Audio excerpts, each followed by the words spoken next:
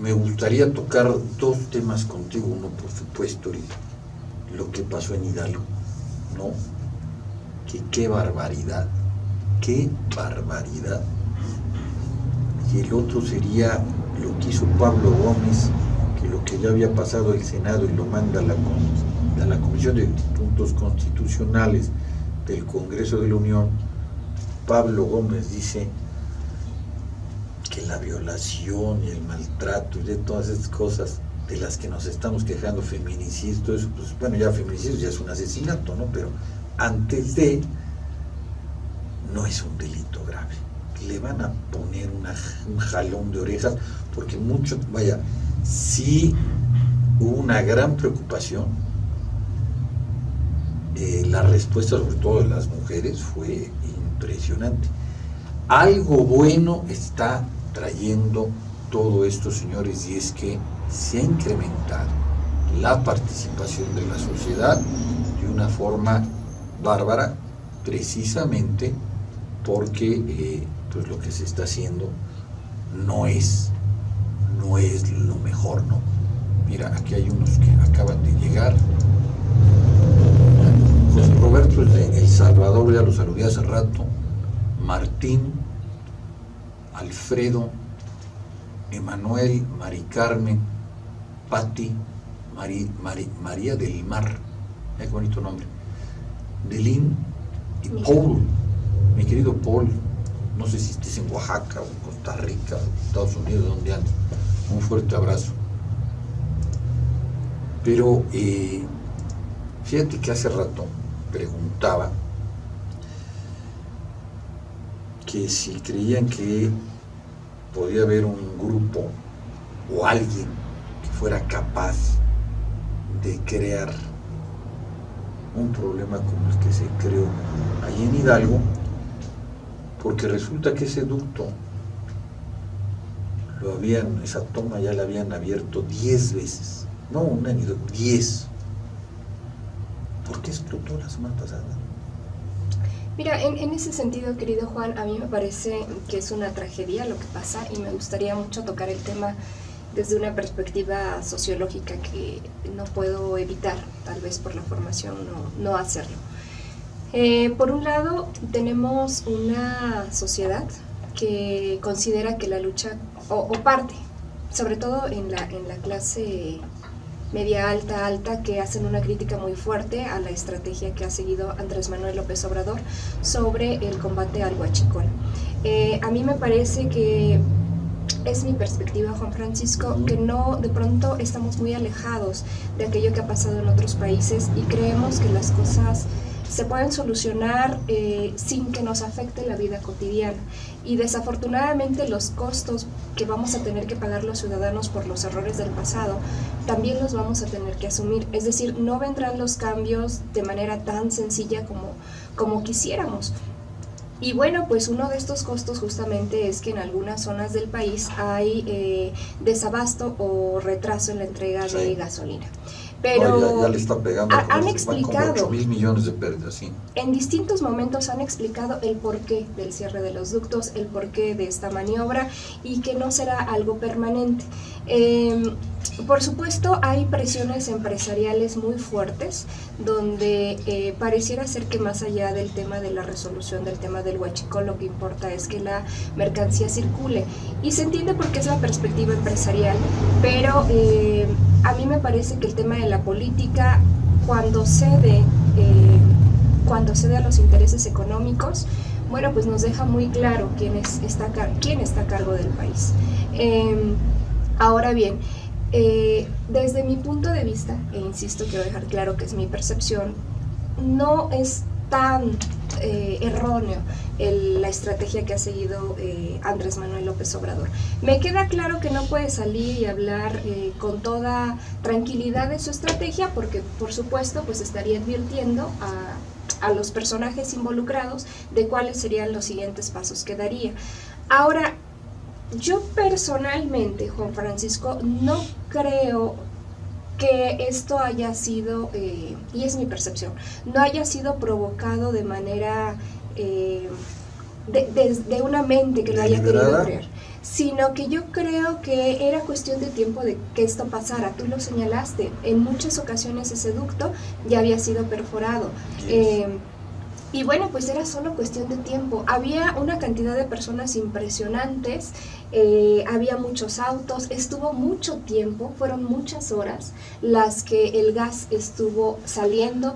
Se crean, finalmente se evapora, hay una nube ahí que no se alcanza a ver a simple vista, pero que bueno, pues si tú simplemente gases, ¿sí? Cuando vas a la gasolinera sabes que debes tener ciertos mínimos de cuidado porque es peligroso, inclusive en las gasolineras te ponen los anuncios.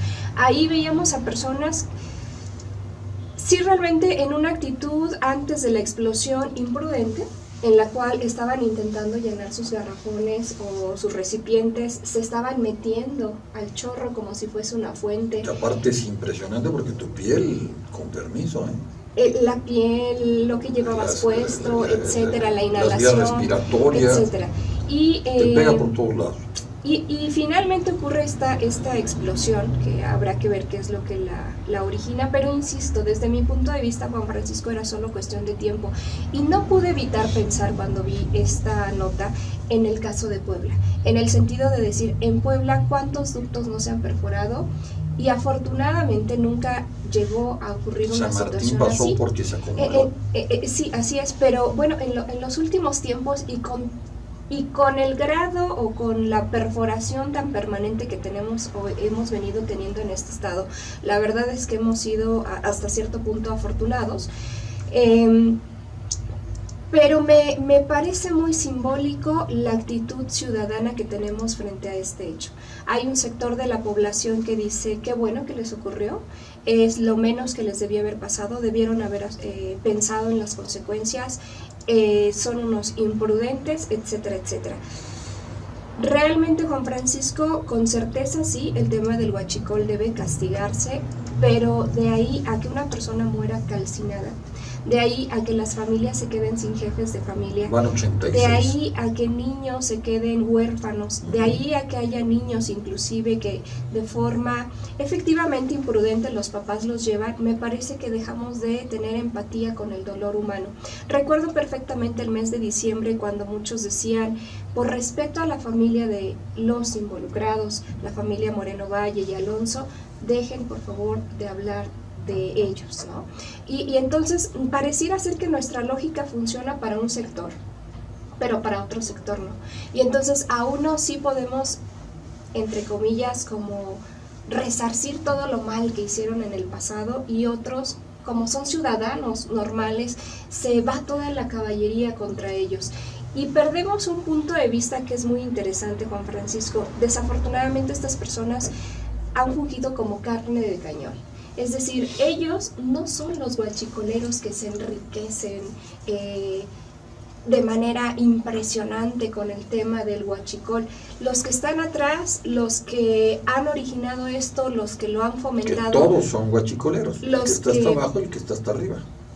Porque todo sí, roba combustible. Sí, pero hay que tener cuidado con esto, porque esta perspectiva ética, que es una cuestión ética que tú acabas de señalar, nos puede confundir justamente en el hecho de decir, el robo es el mismo a todos los niveles, y entonces que se le castigue igual al que roba, sí, por una cuestión de alimentar a sus hijos que por una cuestión del que roba 8,000 millones de dólares. Verdad, ahí te voy de regreso.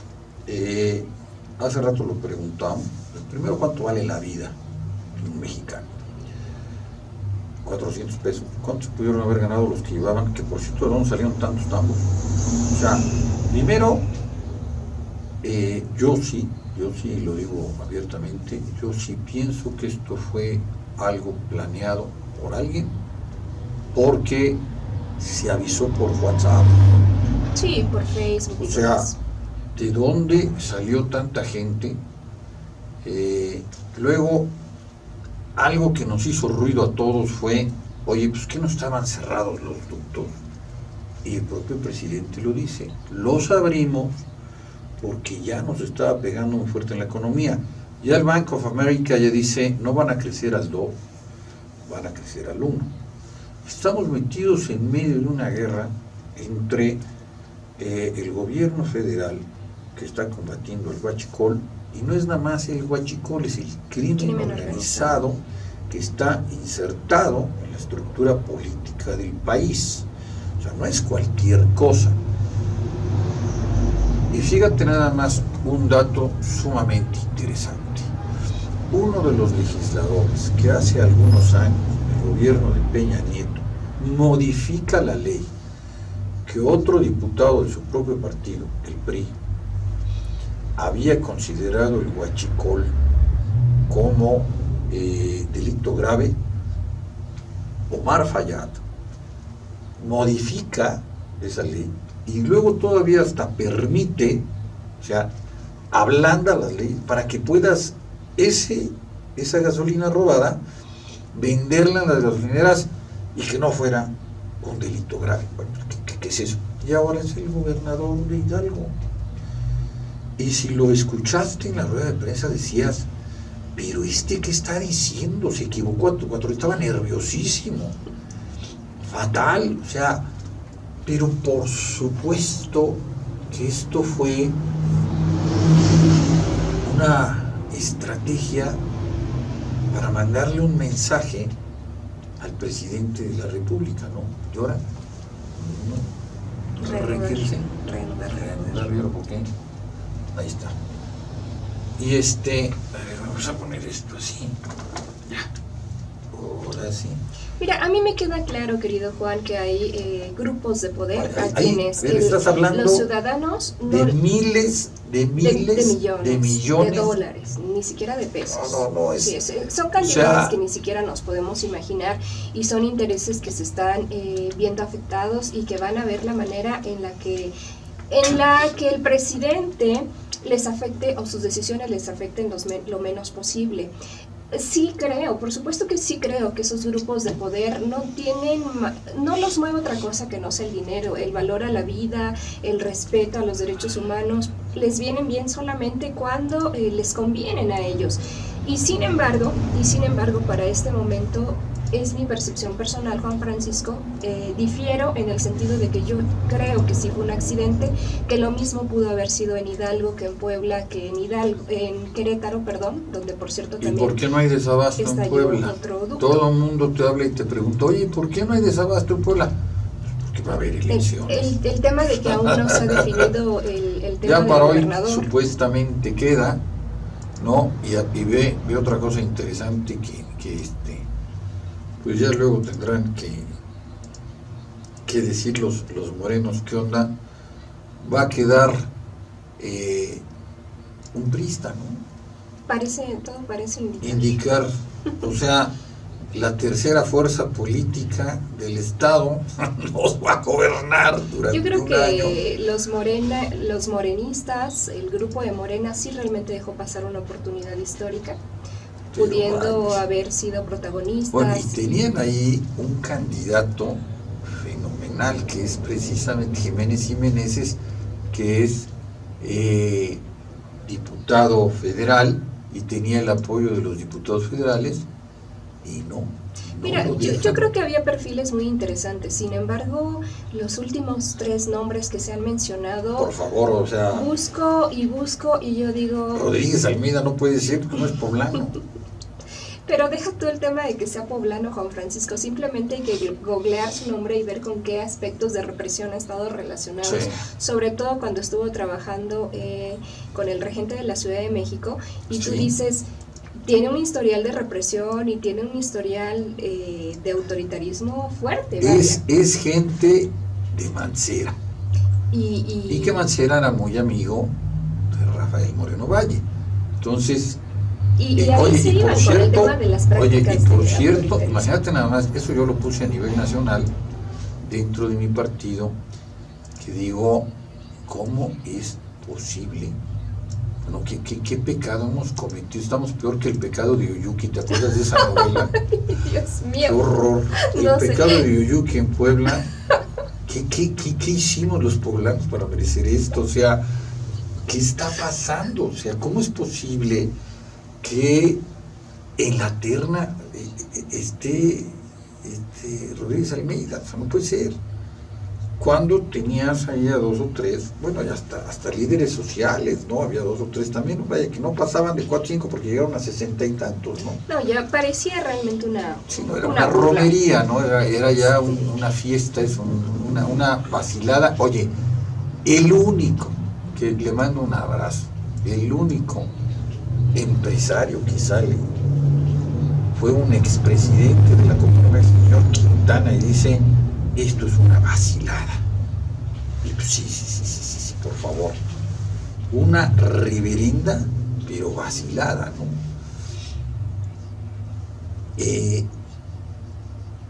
Aquí la cosa es, ¿qué está pasando en México? ¿Y hacia dónde vamos? Lo que está pasando es que hay otro tipo de gobierno. Hay una persona que quiere cambiar la forma de gobernar de antes, que por cierto el manejo de las redes, es impresionante. ¿Quién está atrás de ese manejo de las redes? ¿Quién tiene la capacidad para mover a millones de personas? Me encontré el fin de semana un buen amigo y lo que me decía era, vaya, yo por favor decía, es que esto no puede ser posible, o sea, México no es Venezuela. Los que nos están gobernando no son militares, que si va a haber una militarización de la policía, siempre la ha habido. Ahora va a ser diferente porque va a haber un mayor número de personas, pero siempre estaba el mayor fulano de tal, era el de seguridad pública, ¿no? No sé, también, bueno, gente ligada o cercana al sector militar. Yo no creo que se vaya a hacer la militarización que se dio en Venezuela. Por un lado, sí veo que tenemos que entender que los que ganaron pues fue el grupo de Morena, y por lo otro nosotros tenemos que incrementar nuestra participación, que algo bueno está trayendo todo esto, porque la gente está participando mucho más. Qué bueno que cosa que no hacían antes.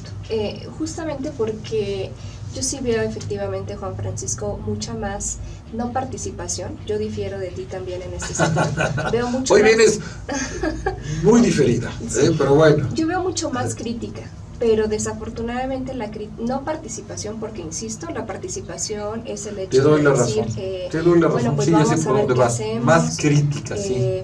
Es ser propositivo, es ver acciones. No, abres una asociación civil y ya tienes un objetivo específico. Mira, deja tú el tema de la asociación civil, simplemente entre los colonos que se organicen y que se pongan de acuerdo en aspectos elementales. A una asociación para un mexicano ya es hablar de demasiado, vaya. Pero a mí me parece que lo que se ha incrementado es la participación en redes sociales, es la crítica entre los amigos, los compañeros de trabajo, en temas que antes tú llegabas a tu casa tal vez y hablabas de fútbol. Todo el mundo habla de política. El punto es, y ahí es donde reside mi preocupación, que de pronto hablamos sin tener los elementos suficientes. Sí. Y que de pronto, en ese sentido, nuestra percepción de la realidad... Oye, y una forma de hablar horrible, ¿no?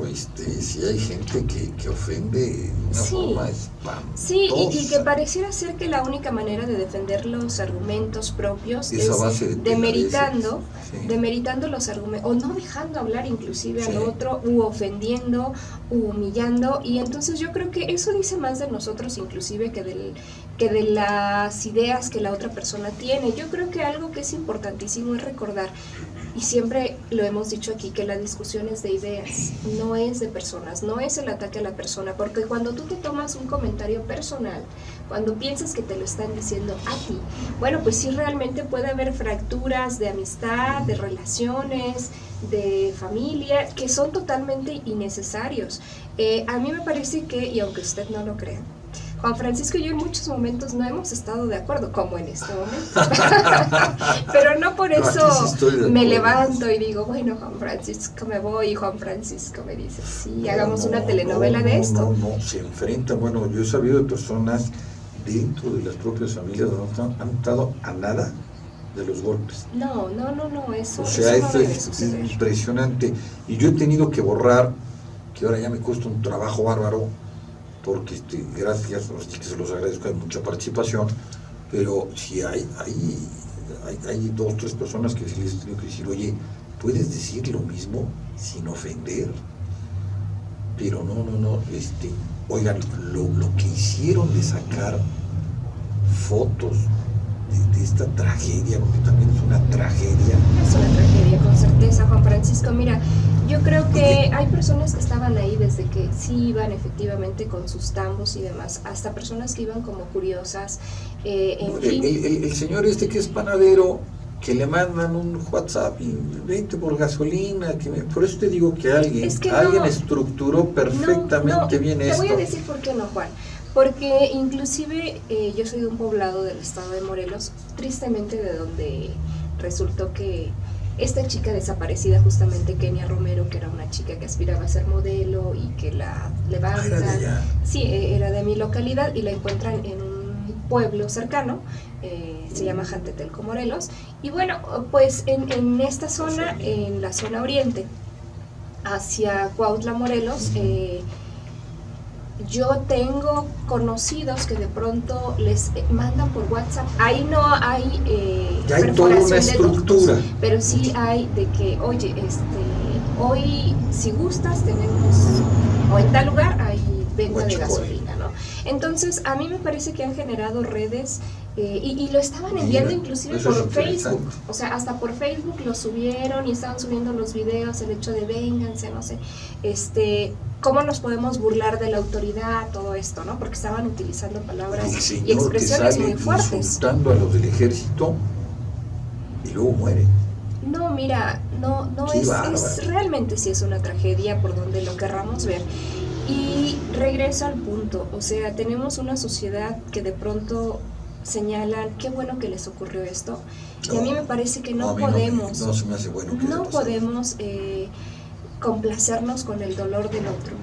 Si hay un castigo que se tenga que pagar, que sea desde la vía legal y que sea a través ya sea de una multa o de la privación de la libertad, y ahí que quede, porque ese es el castigo que nosotros hemos decidido, y no que sea la tortura y no que sea una situación tan terrible, tan dolorosa y que nos deshumaniza de algún modo. A ver, Caro, pero ¿cómo llegamos ahí? También vámonos para atrás a ver por qué hay tanta pobreza en esa zona.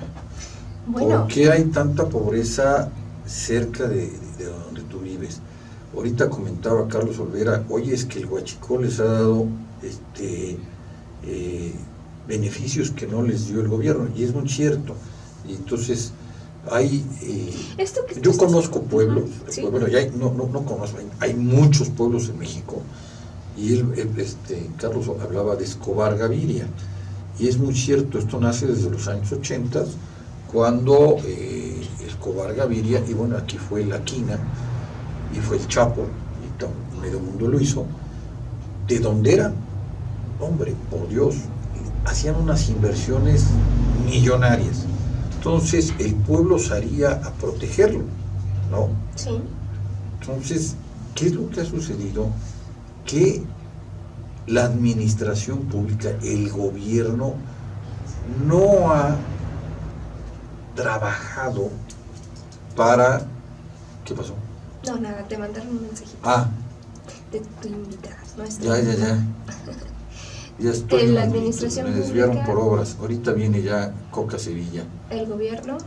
El gobierno, pues no ha dado los resultados y ha hecho que se incremente la pobreza. Mira, Juan, yo creo que esto se agudizó. Hemos tenido una administración, hemos tenido muy malas administraciones, ¿no? O sea, esto se agudiza a raíz de las políticas neoliberales, y no porque antes de las políticas neoliberales todos en México estuviéramos bien, pero pareciera ser que la percepción del reparto de la riqueza no era tan desigual como lo es ahora. Ahora bien, esta pregunta que tú señalas la retoma el día de ayer, me parece que sí fue ayer, justamente Andrés Manuel López Obrador en una rueda de prensa, que por cierto ya ha hecho bastantes desde el día de la tragedia hasta hoy, y se hace la misma pregunta que tú. O sea, realmente hay una Red Ciudadana hay un buen conjunto de personas que no han sido... que no han recibido las garantías mínimas para una vida digna y que ven en este tipo de acciones pues el acceso a algo que de manera... El robo del ganado. Que de manera, llamémoslo así, decente no podrían obtener. Es decir, ¿hasta qué punto? Y esto lo recuerdo muy bien con un buen amigo que llevaba el tema de trata. Él era especialista en tema de trata en la Universidad Iberoamericana y él me decía, porque yo... en una actitud muy moralista le decía, ¿por qué las mujeres no dejan, o sea, no buscan otras opciones de trabajo? ¿Por qué se tienen que prostituir para alimentar sus hogares? Y me decía, bueno, tú llega y dile a una mujer, búscate un trabajo decente y en lo que se lo consigue, ¿qué va a comer? ¿Qué van a comer sus hijos? Aparte, mientras ella gana, y no es que estuviera, él no estaba defendiendo, o sea, mientras ganas 80 pesos al día frente a 700 pesos, ¿cómo le dices a una persona en términos reales? O sea, vas a ser digna, vas a ser decente, pero a lo mejor tu hijo si se te enferma te va a morir, pero se te murió siendo tú muy decente.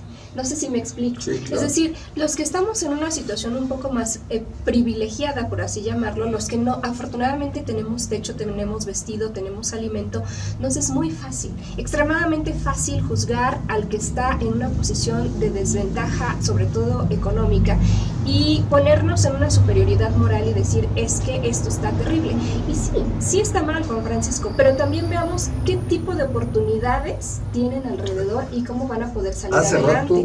Entonces, es ya solo para cerrar, querido Juan, esto que estás diciendo tiene que venir acompañado no solamente de vamos a combatir el huachicol, ¿sí?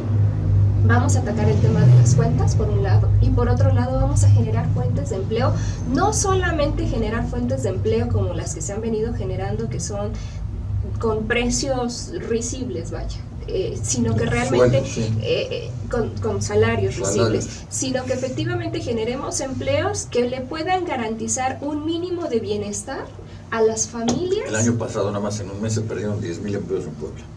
Y imaginémonos eso, ¿no? Está en chino. Entonces, esto que señalas, es que son tantas cosas que están ligadas lo uno con lo otro, aunque pareciera ser que están... Para generar un empleo cuesta y cuesta bastante y mantenerlo más. Me decía un alumno, porque está en su proceso de checar su proyecto de investigación, ¿por qué, Caro, en Puebla hay una riqueza tan grande y los salarios son tan bajos? ¿Por qué podemos, o sea, esto que nos venimos cuestionando, cómo puede haber construcciones monumentales? Porque eso es lavado de dinero, pero eso es otra cosa. Pero pareciera ser que es otra cosa. Somos el estado más pobre de la República. Pero de manera real, todo está perfectamente embonado, Juan Francisco. Es decir, es una estrategia de un grupo de poder de mantener a la gente pobre, ya lo dijo el Papa, los mantienen pobres para poderlos gobernar. Solemos ver las cosas o la realidad fragmentada y nos perdemos de muchos datos. Ve mi cara cómo estoy. Aquí sacando fotos de que no, pero está cañón. Es que alguien decía, ¿por qué no crean empleos? Oigan, crear empleos no es una cosa tan sencilla, o sea, lleva tiempo y conservarlo más, ¿no? Ahorita se están perdiendo empleos, viene un ajuste a nivel internacional, nos va a pegar, ya Bank of America dice que vamos a crecer al 1, los que tengan dinero y puedan ahorrar y más, háganlo y bájenle a los gastos. El ir a estos, ahorita por ejemplo decía Carlos Olvera y es muy interesante, es una comunidad sumamente pobre. ¿Por qué abrieron el ducto ahí?